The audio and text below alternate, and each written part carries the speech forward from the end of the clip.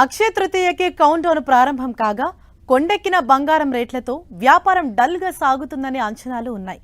గత ఏడాదితో పోల్చితే బంగారం ధర దాదాపు 90% పెరగటమే ఇందుకు కారణం.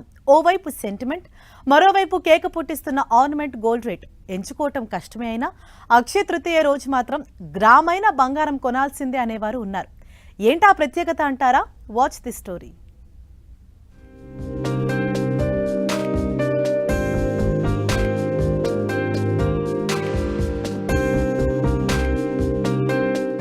బంగారం కొండెక్కింది, అక్షయ తృతీయ కళ తప్పింది. హిందూ క్యాలెండర్ ని ఫాలో అయ్యేవారు అక్షయ తృతీయను శుభదినాల్లో ఒకటిగా చూస్తారు. వైశాఖ మాసం శుక్లపక్షంలో వచ్చే 3వ రోజుని అక్షయ తృతీయగా, అక్షతీజ్, అక్తిగా పిలుస్తూ ఉంటారు. ఈ రోజున శుభం కలగాలంటే ఓ గ్రామైన సువర్ణాన్ని కొనుగోలు చేయాలని కొందరు సెంటిమెంట్ గా పెట్టుకుంటారు. అక్షయ అంటే క్షయం లేనిది, నాశనం కానిదని అర్థం. పురాణాల ప్రకారం అక్షయ తృతీయ రోజునే పరశురాముడు జన్మించాడని, వేదవ్యాసుడు వినాయకునికి మహాభారతం చెప్పడం ప్రారంభించారని చెప్తూ ఉంటారు. ఇలాంటి సెంటిమెంట్ ఉంది కాబట్టే అక్షయ తృతీయ కోసం జ్యువెలరీ షాపులు కూడా తమ ఆఫర్లతో కస్టమర్లను ఆకర్షించేందుకు ప్రయత్నిస్తూ ఉంటారు. అయితే గత ఏడాదితో పోల్చితే బంగారం రేటు దాదాపు 90% పెరిగింది. అప్పట్లో బంగారం 10 గ్రాముల ధర 66,690 పలికింది. ఇప్పుడేమో ₹1,00,000 దాటి కాస్త వెనక్కి వచ్చి అలుపు తీర్చుకుంటోంది.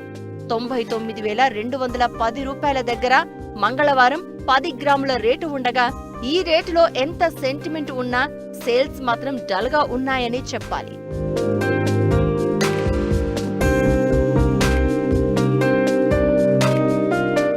అందుకే ఈసారి బంగారం విక్రయాల కంటే డైమండ్ ఆభరణాల ప్రకటనలే మనం ఎక్కువ గమనించవచ్చు.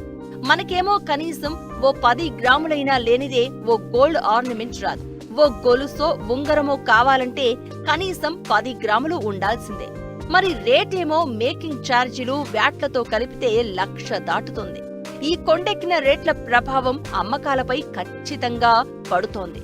దాన్ని అధిగమించేందుకే బంగారం షాపులు ఫ్లాట్ డిస్కౌంట్లు, 1/2 గ్రామ్ గోల్డ్ కాయిన్ ఫ్రీ లాంటి ఆఫర్లతో తిప్పలు పడుతున్నారు.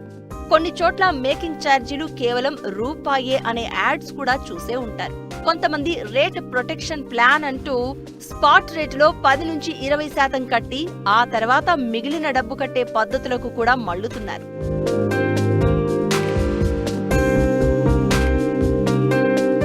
ఏది ఎలా ఉన్నా గత ఏడాదితో పోల్చితే అక్షయ తృతీయ అమ్మకాలపై పెరిగిన ధర ప్రభావం ఉంటుందనే చెప్పాలి.